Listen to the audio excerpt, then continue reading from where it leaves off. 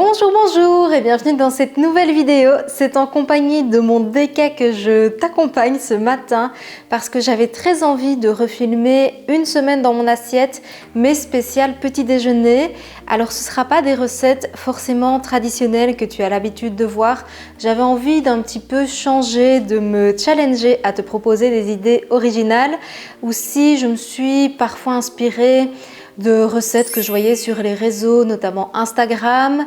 Je voulais aussi un petit peu pousser les idées en faisant des choses plutôt protéinées parce que comme tu le sais, je fais relativement attention de ce côté-là à manger équilibré sans forcément traquer mes macros, sans forcément traquer mes calories, loin de là, que du contraire, je prône plutôt l'inverse, mais avoir une assiette équilibrée, ça reste primordial et le faire dès le matin, dès le petit déjeuner, ça peut être très intéressant, comme ça tu démarres la journée du bon pied. Je n'ai pas à chaque fois utilisé de la poudre de protéines, il y en a finalement même très peu de recettes qui en contiennent. J'espère sincèrement que ça te plaira. Moi je bois une gorgée et on s'y met.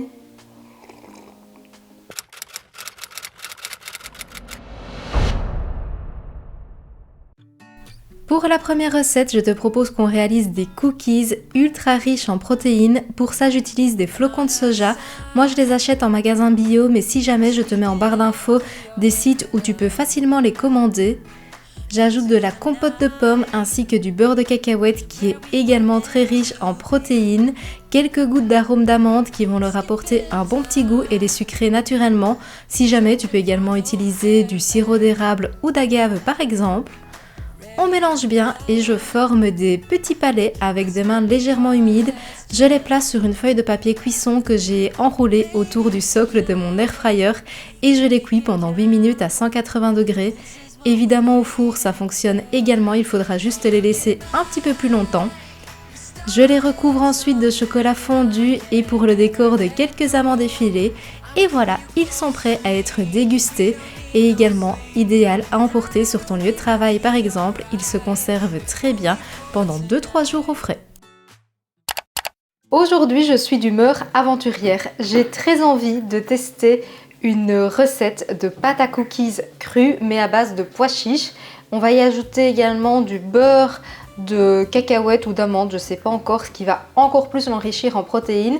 C'est une recette qu'on a déjà vu pas mal passer sur les réseaux, mais je ne l'ai jamais tentée parce que je sais pas, ça me fait un petit peu peur. La pâte à cookies comme ça à base de pois chiches, c'est assez particulier, mais aujourd'hui, is the day. Aujourd'hui, on tente l'expérience. Donc pour cette idée plutôt originale, on a besoin d'une boîte de pois chiches à laquelle on va ajouter quelques gouttes d'arôme vanille. Comme pour la première recette, tu peux très bien utiliser du sirop d'érable ou d'agave. J'ai finalement opté pour du beurre de noisette, il me restait un petit fond dans un pot et je me suis dit que c'était l'occasion de l'utiliser. De la farine de cacahuète qui est également très riche en protéines. Tu peux utiliser des flocons d'avoine par exemple si tu en as, de la farine de coco. Au final c'est très polyvalent.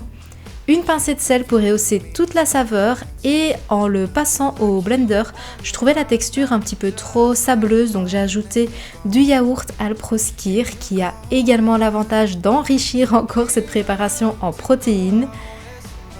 Après quelques minutes au blender, j'ai obtenu la consistance que je souhaitais et pour changer des pépites de chocolat, j'avais très envie de mettre des spéculoos ainsi que des fruits rouges surgelés qui en plus de ça ont l'avantage d'être très très beaux visuellement. C'est un côté très instagrammable et voilà, c'était prêt. Et sache d'ailleurs que cette préparation peut totalement se préparer la veille, elle n'en sera d'ailleurs que meilleure.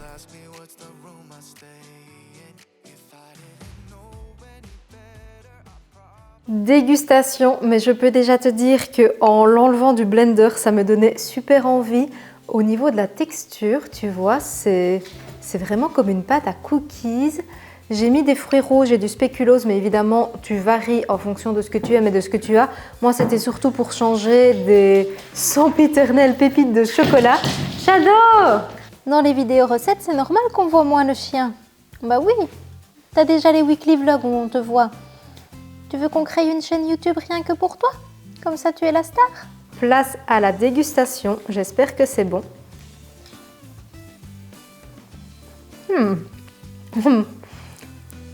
En fait, C'est vraiment délicieux. Comment est-ce que j'ai pas testé cette recette-là plus tôt? La texture est incroyable. Pas trop pâteux. Ça reste pas avec une texture bizarre en bouche. Tu sens pas du tout le pois chiche, ça c'est sûr. Et c'est vraiment comme un dessert. Alors là, je vais en avoir beaucoup trop. Il y a déjà de quoi faire. Mais pour un petit déjeuner, c'est génial.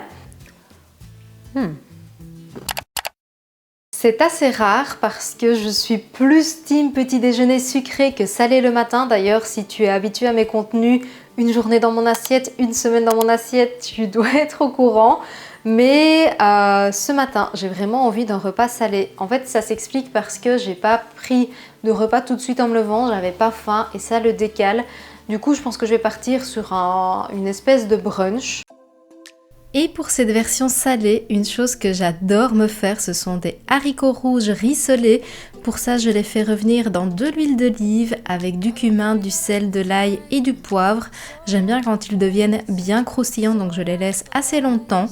Pendant ce temps, je fais réchauffer un pain pita dans mon grille-pain et au niveau des crudités, j'ai fait avec ce que j'avais dans le frigo, carottes, avocats, j'ai également mis du chou blanc, des oignons que j'avais rissolés au préalable et je n'avais plus qu'à tout assembler dans mon pain pita avec du houmous.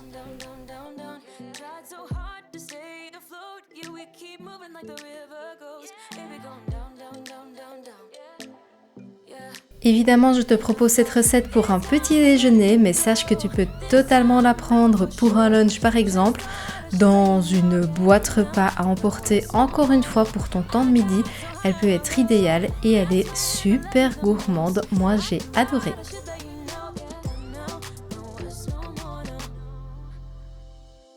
Évidemment ici, les sources de protéines dans ce petit déjeuner déjà bien complet, ce sont les légumineuses. Donc tu as les haricots rouges et en plus le houmous. Si tu veux encore en mettre plus, tu peux très bien te faire du tofu brouillé que tu vas rajouter dans le pain pita. Si tu y arrives à le fermer, parce que déjà moi là, c'était un petit peu la galère, il est déjà bien fourni. Tu peux très bien en plus de ça rajouter de la sauce sriracha, de la coriandre, des oignons nouveaux, enfin tu vois, tu peux très bien varier les toppings. Et pareil au niveau des légumes, si c'est la saison pour toi, tu peux très bien mettre des tomates, des poivrons marinés, enfin vraiment tu te fais plaisir. Moi ce qui est certain, c'est que là je vais me régaler. Je vais encore une fois essayer de ne pas en mettre partout, c'est toujours la galère hein, ça. C'est effectivement très très bon. Je ne sais pas du tout si c'est un phénomène qui existe en France, mais en Belgique, on a ce qu'on appelle les giboulées de mars. C'est le retour de la neige après avoir eu quelques jours de beau temps. Et là, du coup, c'était le cas. Je suis partie sur un petit déj hyper réconfortant. J'ai tartiné 2 tranches de pain de pâte à spéculoos. Je les ai ensuite coupés en petits cubes. Cette étape est évidemment facultative, mais je trouve ça un petit peu plus fun. Pour les faire façon pain perdu, j'ai pris du lait dans lequel j'ai mélangé de la poudre de protéines. Comme d'habitude, celle-ci est optionnelle, mais c'est ce qui va permettre évidemment de rendre cette préparation très riche en protéines. Ce sera la seule recette où j'en utilise. Et si jamais je te mets du coup des liens en barre d'infos pour savoir un petit peu où en trouver, les qualités et celles que j'ai utilisées cette fois-ci. Je mélange bien et dans une poêle je fais fondre un petit peu de margarine pour venir y mettre ma préparation à base de pain. Je les retourne et alors ce qui est très drôle c'est que ça forme vraiment une petite croûte sur l'extérieur. Je n'ai plus qu'à tout placer dans un bol et accommoder avec des fruits au choix. Moi j'ai opté pour des framboises surgelées ainsi que des morceaux de mangue. Vu que le pain est très chaud, ça les décongèle assez vite. Et je peux te dire que cette recette était juste incroyablement délicieuse. La poudre de protéines permet d'apporter 23 g de protéines à cette préparation, tout en gourmandise. C'était incroyable.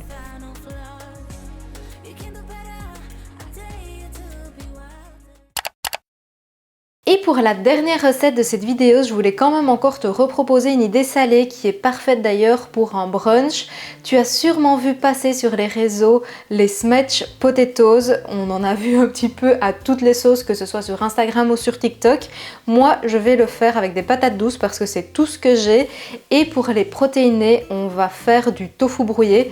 Au final, c'est l'occasion aussi pour que je puisse te repartager ma recette et de revisiter en même temps le fameux toast de tofu brouillé que j'aime tant. Je commence par venir piquer mes patates douces à l'aide d'un couteau parce que le matin je n'ai absolument pas le temps, donc on va venir les placer dans un plat qui va au micro-ondes. On les laisse pendant 10 minutes à 800 watts et je viens ensuite les écraser à l'aide d'une fourchette. Le but c'est de les faire un petit peu exploser. Je les badigeonne ensuite d'un petit peu d'huile, je rajoute du sel ainsi qu'un petit peu d'ail des ours. Mais au niveau des épices, vraiment tu te fais plaisir avec ce que tu aimes et ce que tu as. Je les replace ensuite pendant 10 minutes à l'air fryer. Encore une fois, le but ici est de gagner du temps par rapport au four et en plus de ça, ça te permet d'économiser de l'énergie. Pour le tofu, j'en émiette une belle quantité dans une poêle avec un petit peu d'huile d'olive. En général, j'en fais plus pour en avoir en meal prep. Pour les épices, le sel de Kalanamak est très important pour cette préparation, c'est ce qui apporte un bon petit goût soufré, du curcuma et de la crème de soja pour imiter la texture des œufs. Et il n'y a plus qu'à assembler le tout avec des jeunes oignons et des concombres par exemple. Cette recette a été également un de mes véritables coups de cœur dans cette semaine.